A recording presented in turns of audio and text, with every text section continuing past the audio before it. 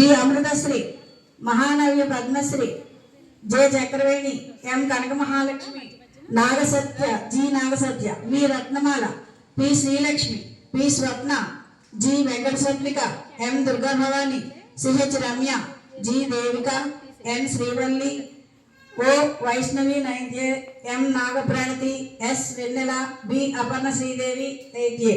ప్రతిపక్ష పత్రికా విలేకరులు N Lakshmi, CH Lokeswari, Y Ramadevi, G కేశిక.